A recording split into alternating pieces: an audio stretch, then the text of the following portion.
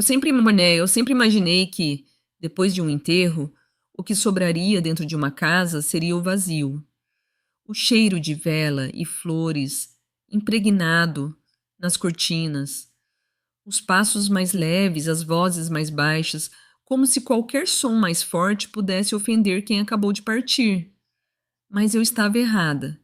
Depois do enterro de Henrique, o que ficou naquela casa não foi o silêncio, foi a pressa.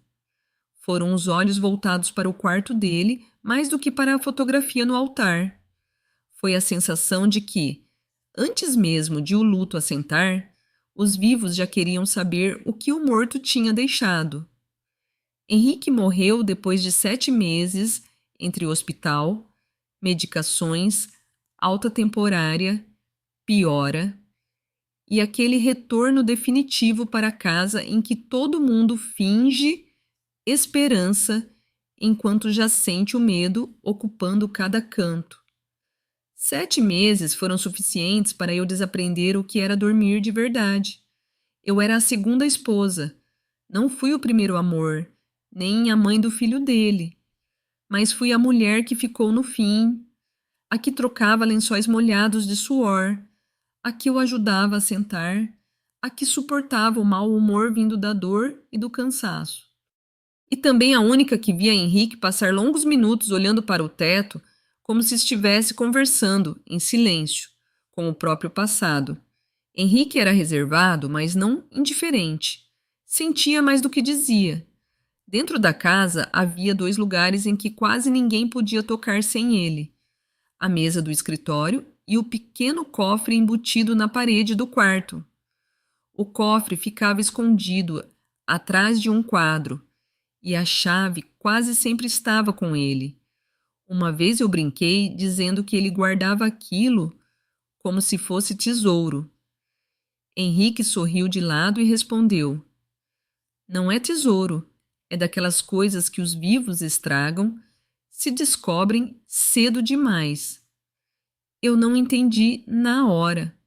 Só fui entender na manhã seguinte ao enterro. Teresa, cunhada de Henrique, foi a primeira a entrar no meu quarto naquele dia. Atrás dela vieram Osvaldo, irmão dele, e Lucas, o único filho de Henrique. Teresa não se sentou, não perguntou se eu tinha dormido, se eu precisava de alguma coisa. Disse apenas: Precisamos falar do cofre. A frase me gelou inteira. Henrique tinha sido enterrado no dia anterior. A casa ainda cheirava a velório, e o primeiro assunto deles não era o luto de Lucas, nem o que faltava resolver da cerimônia. Era o cofre.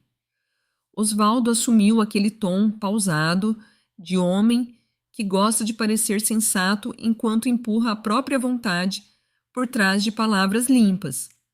Falou em transparência, evitar extravios, direito de Lucas. Eu ouvia e entendia perfeitamente o que existia sob aquelas frases. Queriam saber o conteúdo do cofre o mais rápido possível. Lucas ficou mais atrás, mais calado que os outros, mas era justamente sua presença que mais me pesava. Se fossem apenas Teresa e Osvaldo, eu poderia chamar aquilo de ganância da família paterna. Mas Lucas ali significava que a suspeita já tinha alcançado o próprio filho de Henrique. Eu perguntei diretamente se ele também queria abrir o cofre naquela mesma manhã. Lucas demorou um pouco antes de responder. Eu quero saber o que meu pai deixou. Não falou alto. Não falou com agressividade, mas falou frio, com a frieza de quem acabou de perder o pai e, ao mesmo tempo, tem medo de perder também o que ainda resta dele. Eu disse que não sabia onde estava a chave. Teresa deu um sorriso curto e venenoso, dizendo que Henrique não podia ter levado a chave para o cemitério. Em seguida, abriu a gaveta do meu criado-mudo como se o quarto já não fosse um espaço meu. Eu a interrompi. O ar ficou pesado na mesma hora. Osvaldo tentou parecer conciliador, Mas, quando Teresa se preparava para avançar mais, foi Lucas quem mandou parar, dizendo que não era hora, que falariam novamente na manhã seguinte. Só aquela frase já me mostrou duas coisas ao mesmo tempo. Ele ainda não estava do meu lado, mas também não estava completamente entregue ao lado deles. Quando saíram, eu fiquei sentada na beira da cama durante um longo tempo. Minha cabeça latejava. Então meus olhos pararam no casaco mais pesado de Henrique, pendurado atrás da porta do armário. Não sei por que me levantei e enfiei a mão no bolso interno. Só sei que no instante em que toquei no metal frio, meu coração bateu com força dolorida. Tirei de lá um pequeno molho de chaves, uma da despensa, outra menor, e uma preta mais pesada, que eu reconheci imediatamente como a do cofre. Sentei de novo, sentindo as chaves geladas na mão. Então era ali que Henrique as tinha deixado. Não no travesseiro, não na gaveta, não no bolso de uma roupa qualquer, mas no último casaco que ele usara antes de ficar preso à cama. Olhei para o quadro que escondia o cofre e compreendi, com absoluta clareza, que, se na manhã seguinte eu deixasse os outros abrirem aquilo diante de todos, perderia o direito de entender o que Henrique tinha deixado do modo como ele quis. Levantei, tirei o quadro da parede e encarei a porta cinza do cofre. Fiquei olhando para a fechadura por muito tempo, depois para a chave na minha mão.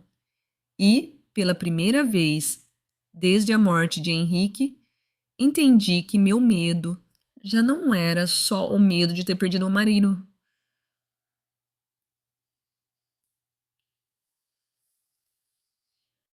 Era o medo da verdade que ele tinha escondido ali. Fiquei muito tempo diante do cofre antes de colocar a chave na fechadura. Não porque achasse que havia barras de ouro ou dinheiro demais lá dentro, mas porque eu sabia que, no instante em que aquela porta se abrisse, tudo naquela casa mudaria de direção. Se na manhã seguinte eu deixasse Teresa, Osvaldo e Lucas cercarem o cofre como se fosse apenas um bem a ser conferido, eu perderia a chance de entender a ordem em que Henrique quis deixar a verdade. Encaixei a chave.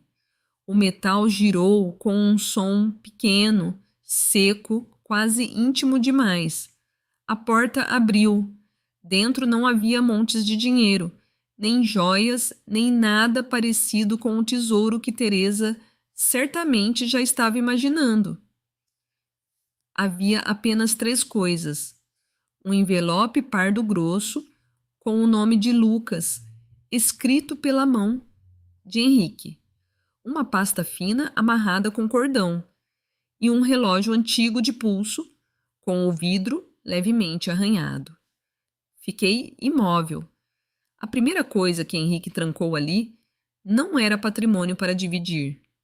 Era uma carta para o filho. Peguei o envelope.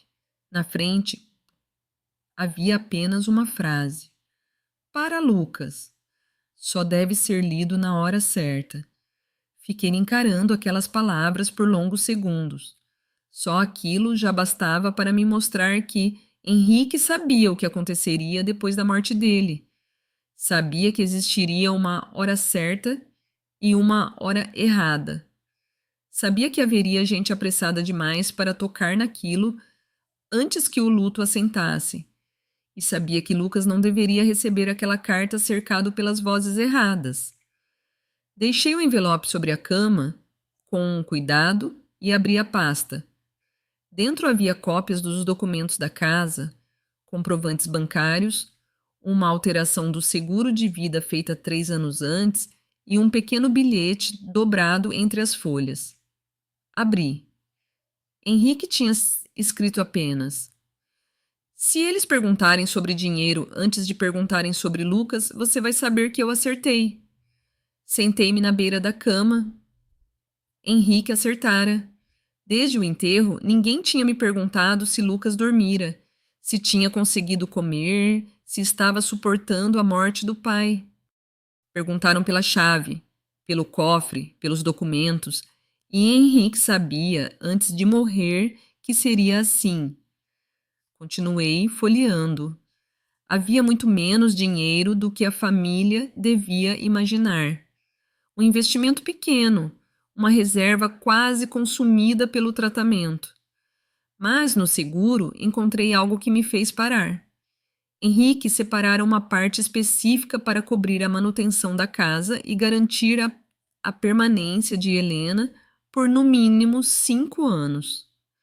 Li aquela cláusula várias vezes. Henrique não pensou só em Lucas.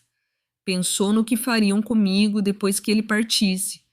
Se Teresa visse aquilo, diria imediatamente que eu o manipulei. Se Osvaldo visse, faria da data uma acusação. Mas a alteração tinha sido assinada 3 anos antes, quando Henrique ainda estava lúcido, forte e plenamente capaz de discutir com qualquer um. Ou seja, não era a decisão arrancada de um homem no fim da vida. Era a escolha feita por alguém que já tinha percebido o que podia acontecer. Por último, peguei o relógio. Era o relógio que Henrique usava quando mais novo e que eu já não via nele havia muitos anos. No verso estava gravada uma frase minúscula. Ao meu filho, quando ele estiver pronto para me ouvir. Naquele instante, entendi que o relógio e a carta pertenciam um ao outro. Henrique queria que Lucas recebesse os dois juntos. Queria que ele compreendesse que aquilo não era um bilhete qualquer, mas uma parte do pai que ele tinha guardado por muito tempo, incapaz de dizer em voz alta. Eu já ia fechar o cofre quando ouvi batidas na porta. 3 batidas lentas. Era quase 1 da manhã. Helena? A voz de Lucas veio do corredor. A senhora está acordada? Escondi rapidamente a carta dele entre as páginas de um livro grosso na mesa de cabeceira. Guardei os papéis mais delicados. Fechei o cofre, recoloquei o quadro e enfiei a chave no bolso do hobby antes de abrir a porta.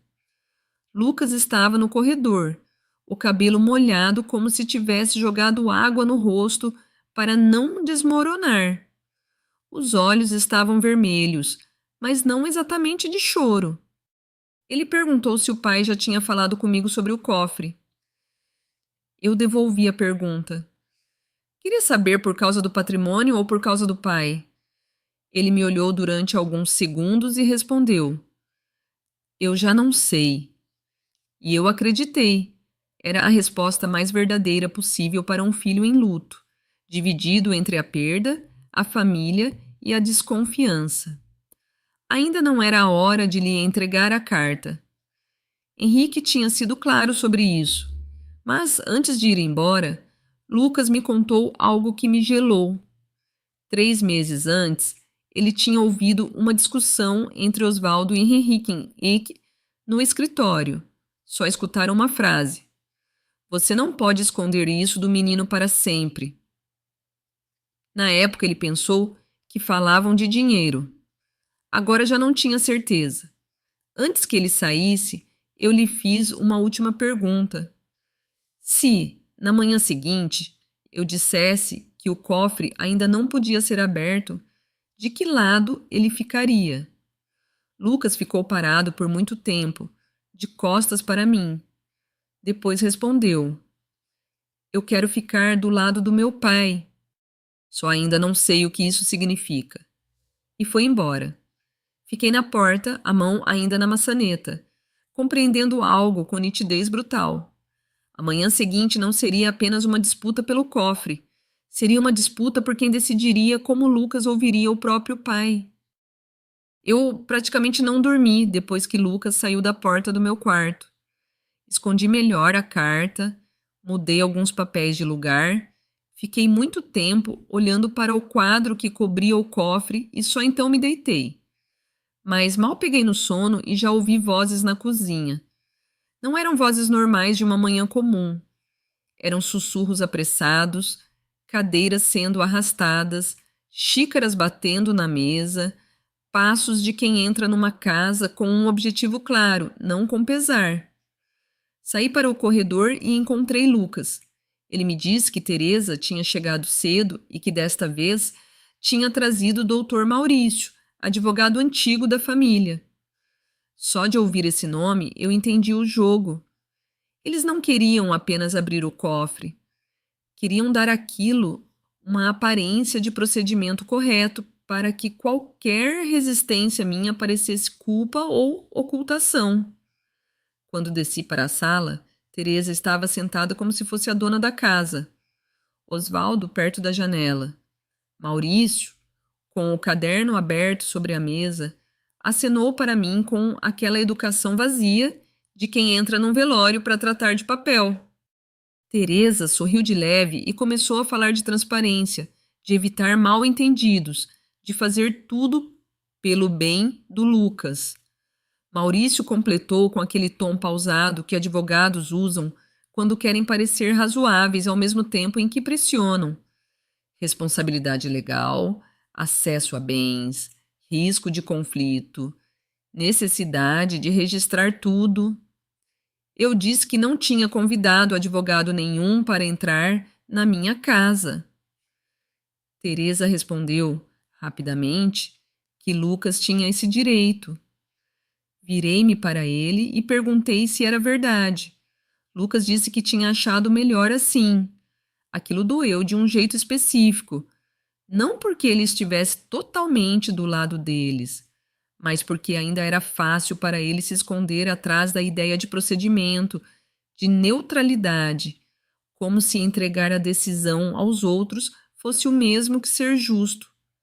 Quando repeti que não sabia onde estava a chave, Maurício começou a falar sobre deveres, transparência e riscos desnecessários.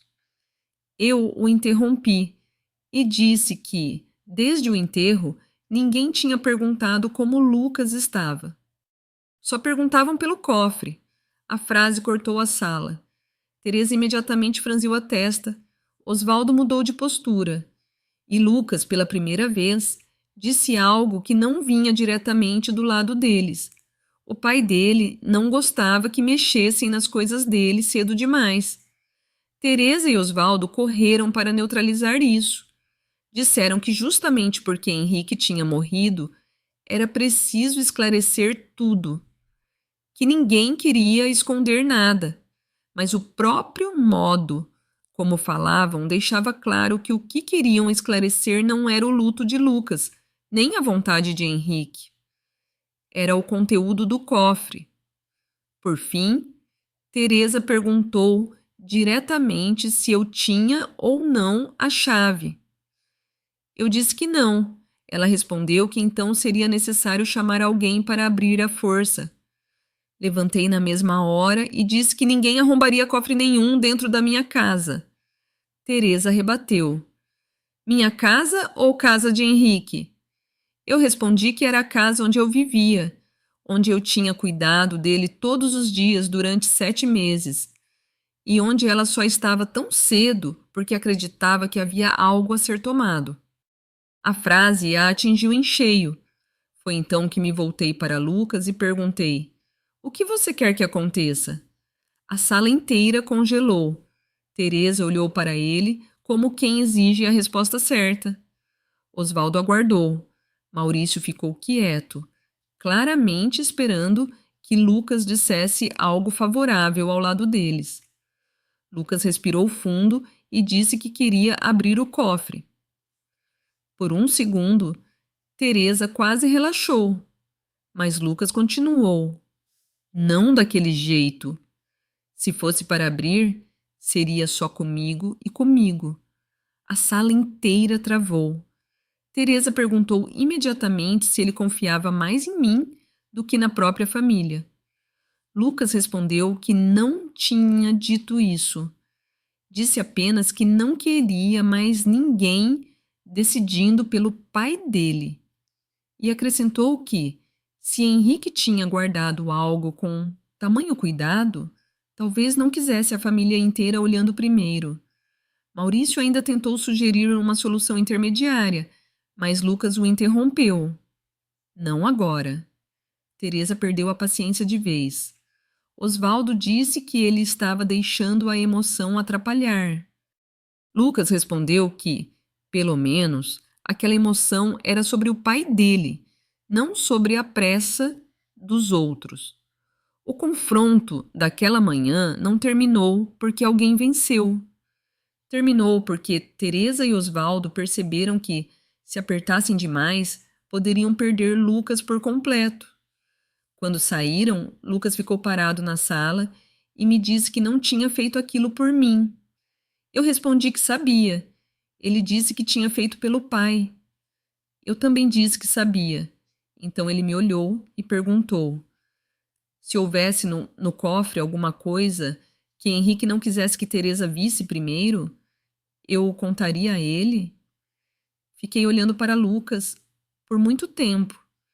A carta dele ainda estava escondida lá em cima. A chave, no meu bolso. E eu sabia que cada resposta minha dali em diante podia empurrá-lo para um lado ou para outro. Eu disse: quando for a hora certa, eu não vou esconder. Só então compreendi, de verdade. A guerra já não era apenas entre mim e a família paterna de Henrique. Era entre o momento em que eles queriam rasgar tudo cedo demais e o tempo que Henrique ainda tinha tentado deixar para o próprio filho. Depois que Teresa, Osvaldo e Maurício saíram, eu soube que já não podia adiar mais. Henrique tinha escrito claramente no envelope: só deve ser lido na hora certa. Eu não tinha como saber qual era a hora absolutamente certa, mas depois do que Lucas acabara de fazer na sala, ao menos compreendi que aquilo já não era cedo demais. Levei a carta até o quarto dele. Lucas estava sentado na beira da cama, curvado para a frente, com as mãos entrelaçadas, como alguém que passou tempo demais se segurando e agora só tinha cansaço no corpo. Quando coloquei o envelope com o nome dele na mesa ao lado, os olhos dele se fixaram imediatamente na letra do pai. Perguntou se eu tinha lido. Eu disse que não, que só tinha visto a frente. Ele me observou durante muito tempo, pesando a resposta, e só então pegou o envelope. Você acha que essa é a hora? Perguntou. Respondi com sinceridade. Eu não sei ao certo, mas, depois desta manhã, talvez seu pai já não chamasse isso de cedo demais. Lucas abriu. A carta era mais longa do que eu tinha imaginado. A princípio ele leu em silêncio, mas poucos segundos depois o maxilar endureceu. Ele ergueu os olhos, já vermelhos, e disse: o pai sabia. Sabia que Teresa e Osvaldo não esperariam. Sabia que se as primeiras palavras depois da morte dele fossem sobre patrimônio, Lucas não deveria permitir que chamassem aquilo de amor. Ele continuou lendo. Henrique pedia desculpas ao filho por ter transformado coisas demais em silêncio. Escrevia que Lucas cresceu entre meias frases, espaços em branco e versões incompletas. Admitia que lhe faltara coragem para dizer diretamente o que um pai deveria ter dito muito antes. Então Lucas parou numa parte e me perguntou se o pai tinha falado alguma coisa sobre a mãe dele. Eu respondi que nunca por inteiro, mas que a carta parecia tocar nisso. Ele então leu em voz alta o trecho mais doloroso. Henrique dizia que deveria ter contado mais cedo que a história da mãe de Lucas não era tão simples quanto os outros repetiram para ele, e que tinha deixado o filho odiar a pessoa errada por causa da própria covardia e da própria demora. Lucas não conseguiu continuar essa parte sem parar. Deixou a carta sobre os joelhos e apertou as mãos uma contra a outra. Eu não tentei consolar, Há dores que precisam primeiro ser sentidas sem interferência para não virarem só encenação. Mais adiante, Lucas encontrou a última orientação.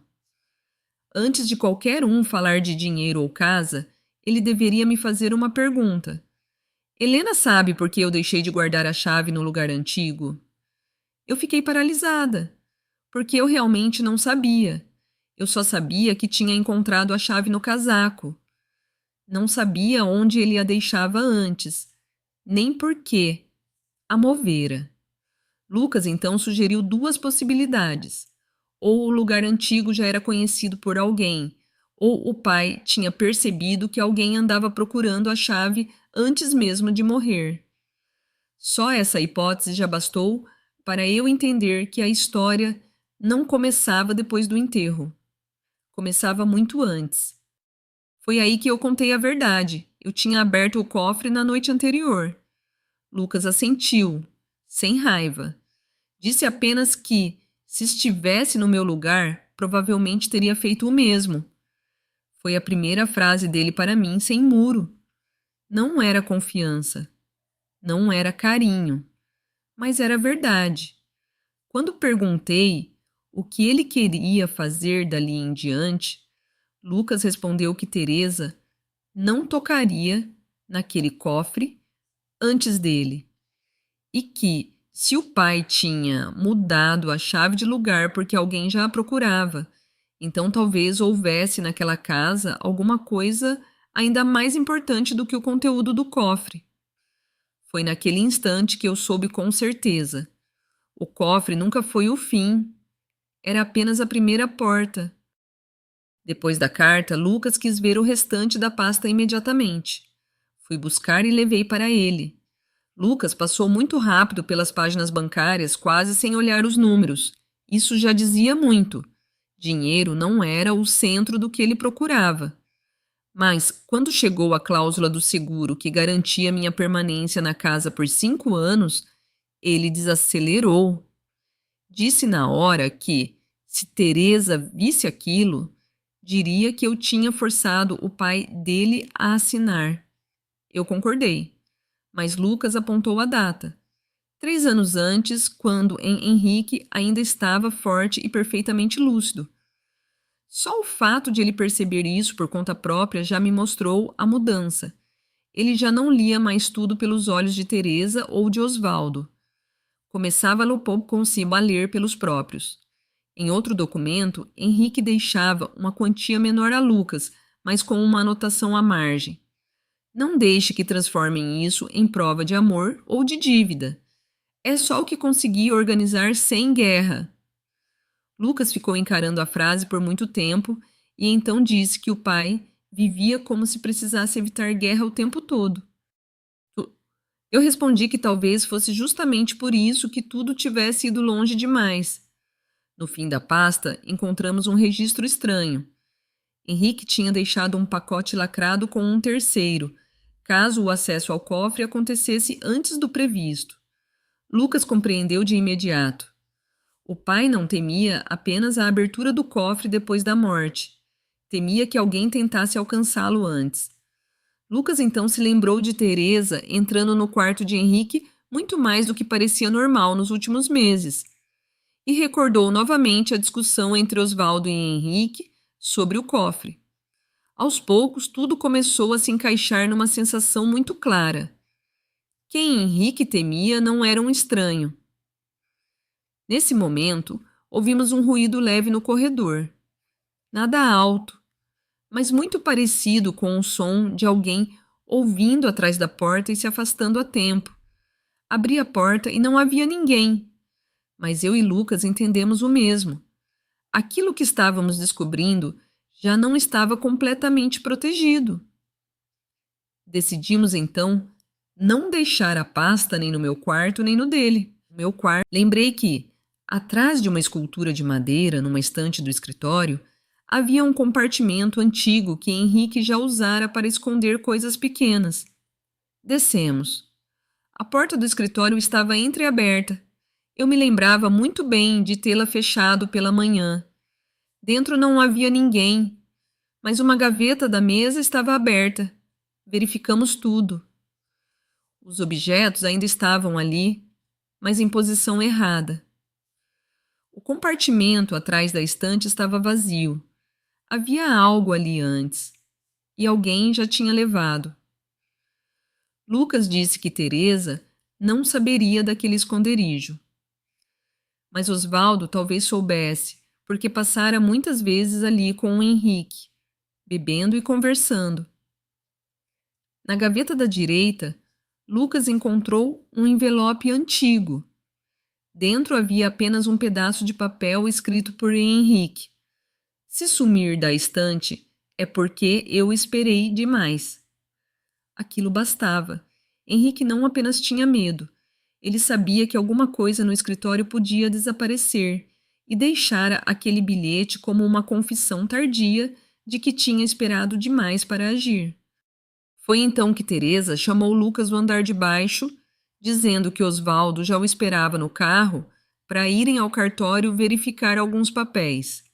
Lucas perguntou de volta se eram papéis do cofre ou papéis que tinham estado no escritório. Teresa empalideceu. E só aquele instante já bastou para eu entender que tínhamos tocado exatamente no ponto que eles mais... Depois da pergunta de Lucas, Teresa travou por um segundo. Só um segundo. Mas aquilo bastava. Se a pergunta fosse absurda, ela teria rido e descartado imediatamente. Em vez disso, empalideceu e, no momento seguinte, tentou me acusar de estar confundindo Lucas. Desta vez, porém, ele não me deixou responder primeiro. Disse: Não, minha cabeça está começando a ficar clara. Ouvir aquilo me mostrou que alguma coisa tinha realmente mudado. Lucas ainda era o mesmo homem, ferido, cansado, perdido, mas já não falava como um sobrinho tentando apenas se defender. Começava a falar como alguém que queria entender de verdade. Teresa mudou de estratégia no mesmo instante. Abaixou a voz e lembrou que estivera ao lado dele desde pequeno, que sempre fizera tudo por ele, que sempre o protegera. Lucas soltou um riso curto e respondeu: Eu pensava isso. Só essas palavras já bastaram para eu sentir que o vínculo antigo entre os dois não voltaria a ser o mesmo. Foi então que Osvaldo entrou.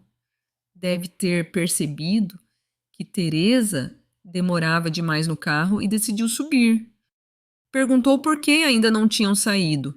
Lucas se virou para ele e perguntou: Sair para onde? Verificar o quê? E por que o senhor sabia de papéis antes de mim? Osvaldo tentou manter a máscara calma e perguntou se ele estava desconfiando da própria família. Lucas respondeu que, se a própria família começava a remexer o escritório antes de falar a verdade, então talvez ele devesse desconfiar. Vi claramente Osvaldo vacilar. Foi nesse instante que falei abertamente. Disse que a gaveta da mesa de Henrique tinha sido mexida, que o compartimento atrás da estante estava vazio e que Henrique deixara um bilhete dizendo que, se aquilo sumisse, era porque ele tinha esperado demais. Teresa me acusou de inventar. Respondi que, se eu quisesse inventar, não teria dito aquilo diante de Lucas. Osvaldo tentou empurrar a situação para o campo do sentimental, dizendo que estávamos deixando a emoção atrapalhar o julgamento. Lucas olhou diretamente para ele e respondeu: Ainda é melhor do que passar a vida inteira ouvindo uma história montada pelos outros. Foi exatamente nesse momento que eu soube. Eles tinham perdido Lucas. Teresa exigiu que o cofre fosse aberto imediatamente. Lucas disse não. Ela respondeu que ele não podia decidir sozinho. Ele retrucou que não estava decidindo sozinho, apenas não deixaria mais os outros decidirem antes. Então Osvaldo lançou a última cartada. Perguntou se Lucas realmente achava que o pai confiava mais em mim do que na própria família. Lucas respondeu que antes também pensava que essa era a pergunta principal, mas que agora a pergunta maior era outra. Por que o pai dele tinha deixado de confiar na própria família? Ninguém soube responder. Teresa foi a primeira a sair. Osvaldo ainda ficou um momento e disse que certas cartas só servem para separar, não para dizer a verdade. Lucas não respondeu, apenas olhou até a porta se fechar. Depois disso, sentou-se como se o corpo inteiro tivesse cedido. Disse que tinha acabado de expulsar a família do pai daquela casa. Eu respondi que não, que ele apenas não tinha deixado mais ninguém usar o pai dele. Lucas me olhou demoradamente e disse que, se algo já tinha sumido do escritório, então o resto da história do pai podia estar em algum lugar lá fora. Eu assenti. Ele completou. Então a gente precisa chegar antes. E pela primeira vez, Lucas disse que não queria procurar aquilo sozinho. Eu respondi imediatamente. Então nós vamos juntos. Nós começamos pelo depósito antigo sob o piso da cozinha dos fundos, um lugar que quase ninguém usava havia anos. O próprio Lucas nem sabia que aquele espaço existia. Levantei o tapete do canto, abri a tampa de madeira embutida no chão e acendi a luz. O cheiro de umidade, poeira e vinho velho subiu imediatamente. A escada era estreita, o ambiente baixo. Caixas, garrafas empoeiradas, baús de metal e ferramentas esquecidas faziam parecer um depósito sem valor. Mas, naquele ponto, eu já não acreditava que qualquer coisa na casa de Henrique pudesse ser realmente sem valor. Lucas procurava rápido, mas não de modo desesperado. Havia método nos gestos dele.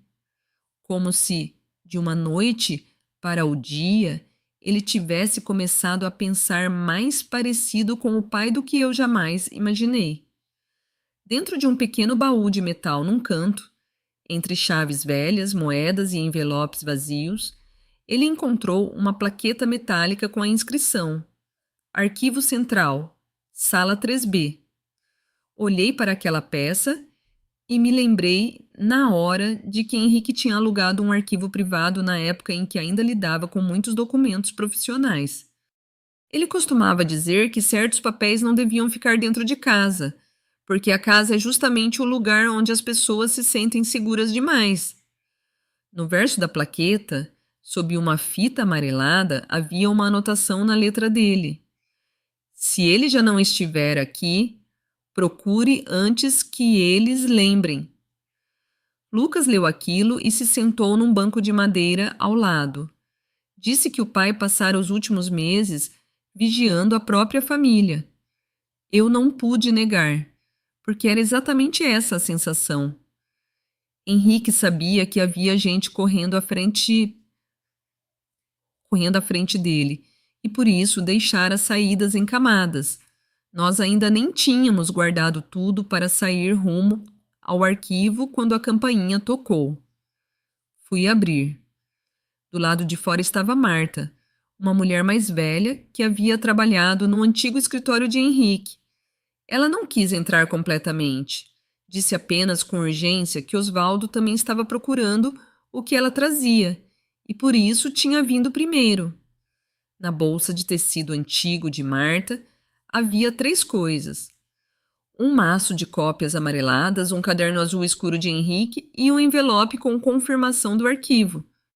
Na primeira página marcada do caderno, Henrique tinha escrito: se Osvaldo voltar a perguntar da sala 3B, é porque já entendeu que o que ficou em casa não basta. Lucas empalideceu ao ler. Marta explicou que cuidou de papéis de Henrique durante muitos anos e que ele tinha pedido que ela guardasse parte das cópias, porque, se tudo saísse do controle, ao menos haveria uma pessoa fora do círculo de sangue sem interesse em torcer a história. Só isso já bastava para me apertar o peito. Henrique não deixou tudo comigo, nem tudo com Lucas. Ele dividiu como alguém que conhecia demais a capacidade da própria família de deformar a verdade para benefício próprio. Dentro do envelope fino, havia um comprovante antigo de atendimento no arquivo. No campo de testemunha familiar, o nome era claro: Osvaldo Pereira. Só aquele detalhe já mudava tudo. Osvaldo não apenas desconfiava do arquivo. Ele já tinha estado lá, levado pelo próprio Henrique. Marta ainda contou que Osvaldo tinha ligado para ela na noite anterior, perguntando se ela guardava algum documento de Henrique. E tinha insistido novamente naquela manhã, ou seja, poucas horas depois do enterro, ele já estava correndo para amarrar as pontas que poderiam apontar de volta para ele. Na última marcação do caderno, Henrique escrevera: se Lucas ler isto, entregue também a cópia do termo antigo. A casa nunca foi simples como deixaram ele acreditar. Marta, então, tirou 2 folhas fotocopiadas. Nelas havia uma cláusula antiga, uma expressão sobre sessão condicionada e uma anotação marginal de Henrique. Lucas precisa saber quem foi a primeira pessoa a renunciar. Lucas empalideceu de novo. Eu ainda nem tinha conseguido perguntar quem era essa primeira renúncia quando o celular de Marta tocou. Osvaldo. Poucos segundos depois, o de Lucas vibrou. Teresa. Em seguida, o meu também, número desconhecido. Ninguém precisou dizer em voz alta. Nós 3 entendemos ao mesmo tempo. Do outro lado, já tinham percebido que Marta tinha saído do alcance deles. Eu disse imediatamente: agora nós não vamos ao arquivo central como quem procura no escuro. Pum, pum. Vamos como quem sabe que eles também estão correndo para lá. E naquele instante, eu compreendi que a corrida de verdade tinha começado. Marta não ficou muito tempo. Disse que quanto mais demorasse dentro da minha casa, maior seria o risco de Osvaldo ou alguém ligado a ele perceber. Mas, antes de sair, deixou um aviso muito claro. Se chegássemos ao arquivo central, não deveríamos permitir que ninguém retivesse documentos originais nem fizesse cópias antes de lermos tudo por completo. Só esse aviso já bastava para mostrar que o lugar a que iríamos já não era o refúgio intacto que Henrique imaginara um dia. Se já tinha sido seguro, deixara de ser havia muito tempo. Lucas dirigiu o carro de Henrique. Durante todo o caminho, quase não falou. Eu sabia que a cabeça dele estava saturada.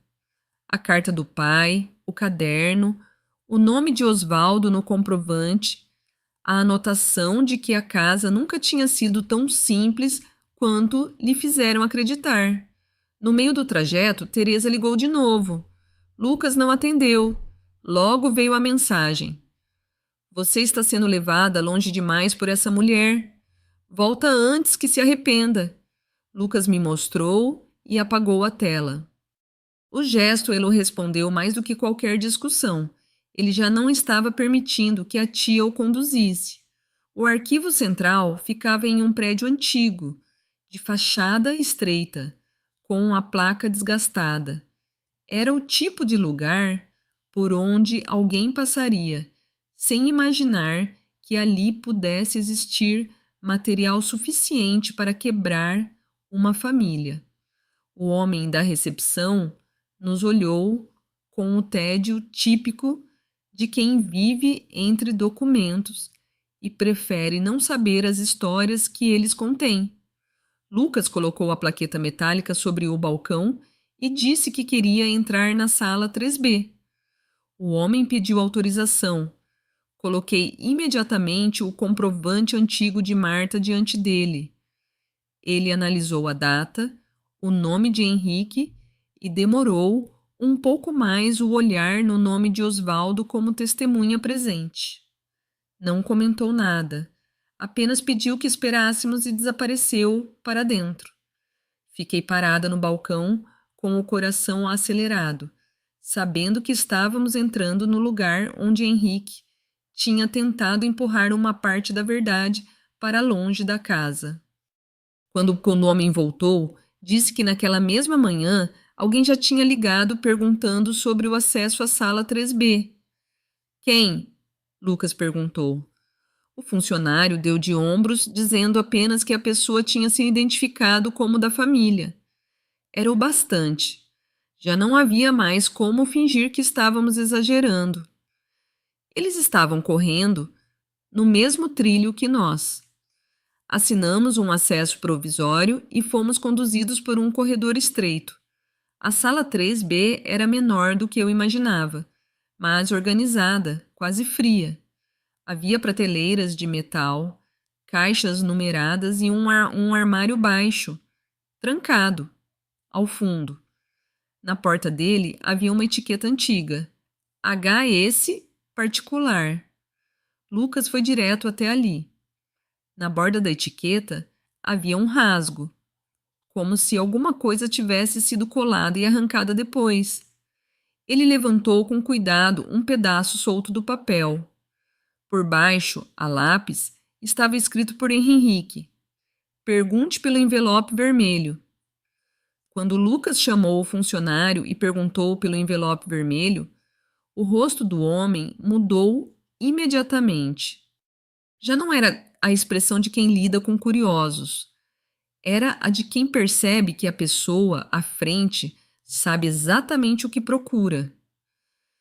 Alguns minutos depois, ele voltou com um envelope vermelho escuro, antigo, lacrado com a inscrição: a ser entregue apenas na presença de Lucas. Vi Lucas vacilar por um segundo. Tudo que Henrique fizera desde o início apontava para a mesma intenção. Por qualquer caminho torto que precisasse escolher, ele queria que o filho recebesse certas verdades diretamente dele, e não das versões de Teresa, Osvaldo ou de qualquer outro. Lucas assinou o recebimento. Dentro do envelope havia 3 itens: uma carta curta, uma cópia mais completa do antigo termo e um relato datilografado bem mais longo do que eu esperava. Lucas leu a primeira linha da carta e empalideceu. Perguntei o que o pai tinha escrito.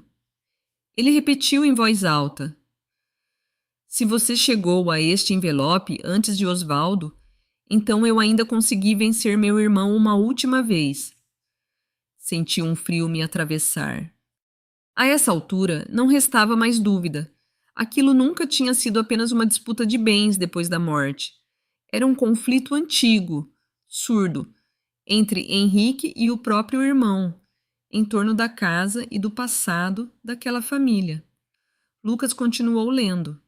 Henrique afirmava que a casa não era a única coisa que tinha sido repartida da forma errada naquela família.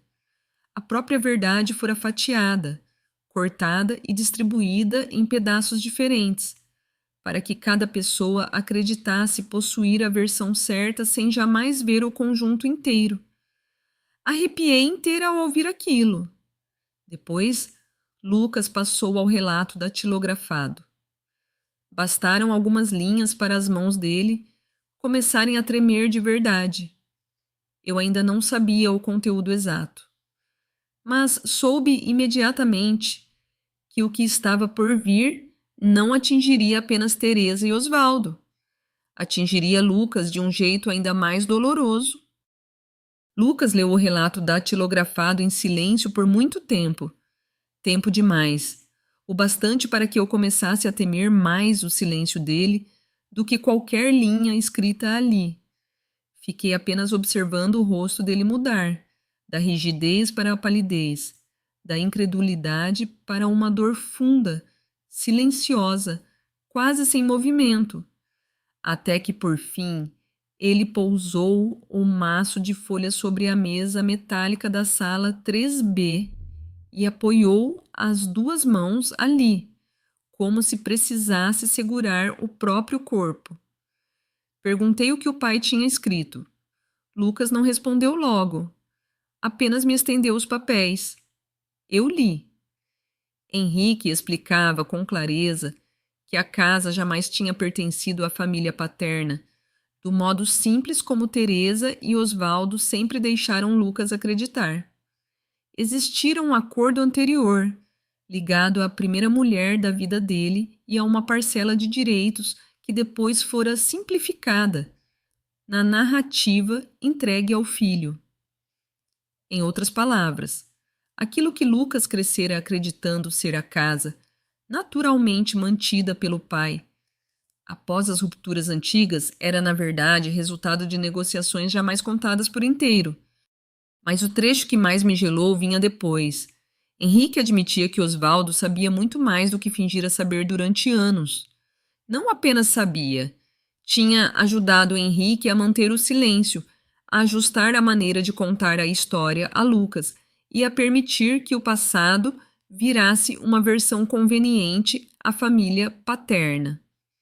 Em troca, Osvaldo podia ocupar o lugar do tio que cuidava do sobrinho, protegia o nome da família e interferia em todas as decisões ligadas à casa.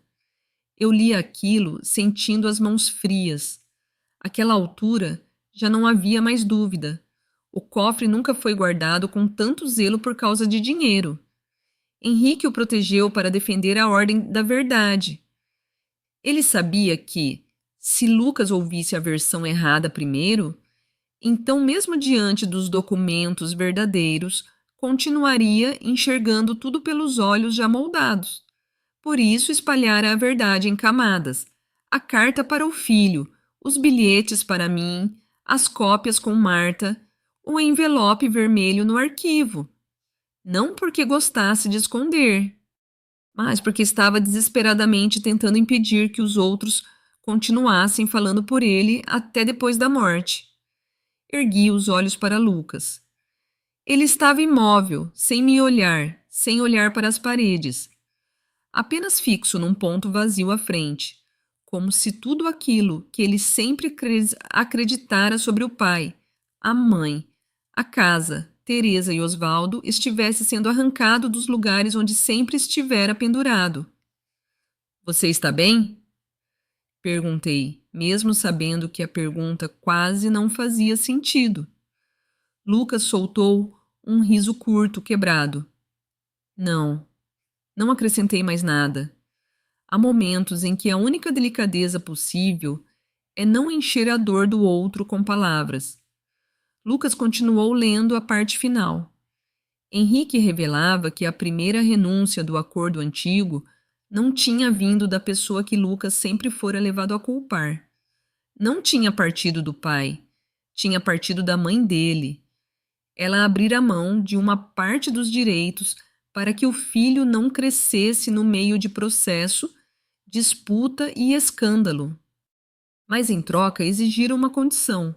Quando Lucas fosse adulto, deveria saber toda a verdade sobre a casa, sobre a saída dela e sobre a parte que Henrique adiara contar por tempo demais.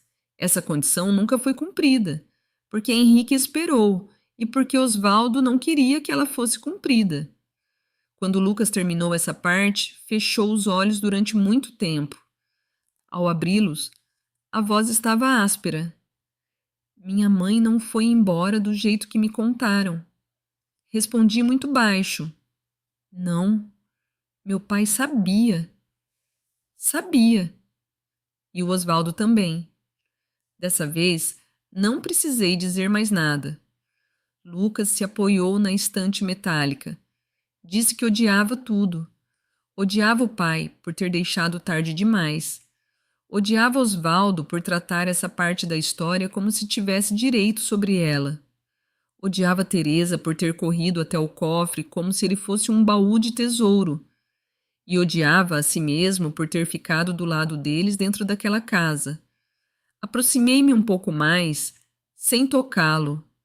Disse: Você ficou do lado deles porque não ouviu tudo. Isso não é a mesma culpa. Lucas balançou a cabeça, dizendo que ainda assim era culpa. Eu respondi: Daqui para frente você ainda pode escolher de novo. Ele me olhou demoradamente depois disso. Então perguntou se eu sabia por que o pai tinha escolhido me deixar a carta. Eu respondi que só sabia que Henrique a colocara no cofre. Lucas virou a carta e apontou para uma anotação minúscula num canto, que nenhum de nós tinha percebido antes, porque ela foi a única que ficou quando todos já estavam cansados demais para ficar. Senti a garganta apertar. Henrique nunca me dissera nada assim em vida. Alguns homens não sabem agradecer em voz alta. Só depois que se vão é que os vivos descobrem que foram vistos mais profundamente do que imaginavam. Lucas ficou em silêncio depois de ler aquilo. Algum tempo depois perguntou se eu queria voltar para casa.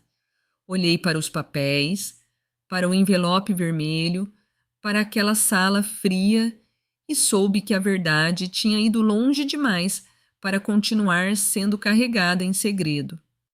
Precisava ser colocada diante daqueles que estavam ligados a ela. Respondi: sim, mas não para ficar calada. Lucas assentiu, e eu entendi que o mais difícil ainda nos esperava. Antes de sairmos do arquivo central, Lucas pegou o celular. Passou pelas chamadas perdidas de Teresa, pelas mensagens de Osvaldo e ligou para Maurício. Perguntei por quê. Ele respondeu que, se eles gostavam tanto de procedimento, então agora tudo seria aberto com procedimento de verdade, mas de acordo com os documentos que o pai tinha deixado, não segundo o roteiro que a família montara. Quando chegamos em casa, Teresa e Osvaldo já estavam lá. Maurício também, acompanhado de mais 2 parentes que eu não tinha convidado. A sala tinha o ar de um julgamento doméstico prestes a começar. Mas, no instante em que Lucas entrou na frente, carregando o envelope vermelho e o maço de papéis, a atmosfera mudou. Teresa já não parecia segura como pela manhã. Osvaldo estava um pouco de lado, com aquela postura de quem tenta manter a calma enquanto sabe que já não está à frente da situação. Teresa foi a primeira a falar. Onde você estava? Lucas nem respondeu. Caminhou até a mesa do centro, pousou os documentos e olhou para todos um por um. A voz dele, quando saiu, não era alta, mas era firme o bastante para cortar a sala inteira. Meu pai não guardou aquele cofre para proteger dinheiro. Ele guardou para proteger a ordem da verdade. E, a partir de agora, ninguém nesta casa vai continuar falando por ele. Eu nunca tinha ouvido Lucas falar daquele jeito. Osvaldo tentou intervir imediatamente, perguntando se ele sabia o que tinha nas mãos, se entendia quem o estava influenciando. Lucas virou-se para o tio, pálido e rígido ao mesmo tempo. Eu sei o suficiente para entender por que meu pai deixou de confiar no Senhor. A frase caiu sobre a sala como uma lâmina. Teresa foi a primeira a se sentar. Maurício não disse nada, apenas fixou os olhos nos papéis. Os 2 outros parentes se entreolharam, como se estivessem percebendo, tarde demais, que tinham entrado numa reunião cujo enredo já não controlavam. Lucas não leu tudo de uma vez. Não precisava. Escolheu os trechos centrais. Leu sobre o fato de a mãe dele ter sido a primeira a abrir mão de uma parte para poupá-lo de crescer entre disputa e processo. Leu que a condição de lhe contar a verdade nunca fora cumprida. Leu que Osvaldo sabia mais do que admitia. E leu que Henrique criara várias camadas de proteção documental para impedir que a história fosse distorcida antes de chegar ao filho. A cada trecho lido, a sala afundava um pouco mais. Não por gritos, mas porque tudo o que sustentava a versão antiga ia cedendo frase por frase. Quando terminou a parte mais importante, Lucas ergueu os olhos para Teresa e Osvaldo. Eu não estou expulsando ninguém da família, mas, a partir de agora, quem quiser continuar na parte que restou dela vai ter de ficar na verdade. Ninguém respondeu na hora. Osvaldo foi o primeiro a se levantar. Não bateu na mesa. Não fez cena. Apenas empalideceu e disse que há verdades que, quando desenterradas, não salvam ninguém. Lucas respondeu imediatamente: o que não salva ninguém é deixá-las enterradas para sempre. E eu entendi, ao olhar para Osvaldo, que ele tinha perdido exatamente o que mais queria manter: o direito de contar a história para Lucas no lugar do irmão. Teresa chorou depois, mas não foi um choro que me amolecesse. Foi o choro de alguém que acabara de perceber que já não controlava o ritmo da narrativa. Eu não senti triunfo, só cansaço. Um cansaço tão profundo que, se me sentasse naquela hora, talvez não levantasse mais naquele dia. As semanas seguintes não foram limpas nem simples. Houve documentos a revisar, cláusulas antigas a conferir, reuniões difíceis entre Lucas e a família paterna, jantares em silêncio, tardes em que ele ficava parado diante do escritório do pai, sem coragem de entrar. Houve também longos espaços vazios entre ele e eu, porque nós dois não sabíamos ainda que nome dar àquilo que tinha começado a nascer dali. Lucas não passou a me ver como mãe, e eu não virei a resposta para todas as feridas dele. Entre nós ainda existiam anos de distância, mal entendidos e pontes nunca construídas. Mas uma coisa essencial mudou. Ele já não me olhava como alguém ocupando o lugar errado naquela casa. Passou a me olhar como a pessoa que esteve ali quando a última porta que o pai não teve coragem de abrir em vida finalmente se abriu. E o cofre? Ainda hoje, às vezes, eu olho para ele à noite, quando a casa está quieta e só o relógio faz barulho. Agora eu sei que Henrique nunca o usou para guardar riqueza. Ele o usou para organizar a verdade em camadas, na esperança de que, depois da morte, quem ficasse ainda pudesse segui-las. Henrique errou muito. Esperou demais. Calou demais. Fez Lucas e eu pagarmos pelo atraso dele. Mas, no fim, ainda deixou rastros suficientes para impedir que o filho fosse completamente engolido pela versão dos outros. Uma tarde, já depois de a parte mais dura ter passado, Lucas atravessou a cozinha, parou ao meu lado e perguntou: você acha que meu pai queria que eu o perdoasse? Pensei durante muito tempo antes de responder. Eu acho que o que ele mais queria não era ser perdoado logo. Era que você soubesse quem ele foi de verdade, e não apenas o que contaram sobre ele. Lucas ficou em silêncio por alguns segundos. Depois assentiu. Não disse obrigado. E eu não precisava, porque, para uma história como essa, o fato de a verdade finalmente ter sido chamada pelo nome certo e de o filho ter deixado de permitir que falassem pelo pai, talvez já fosse o fim mais honesto possível.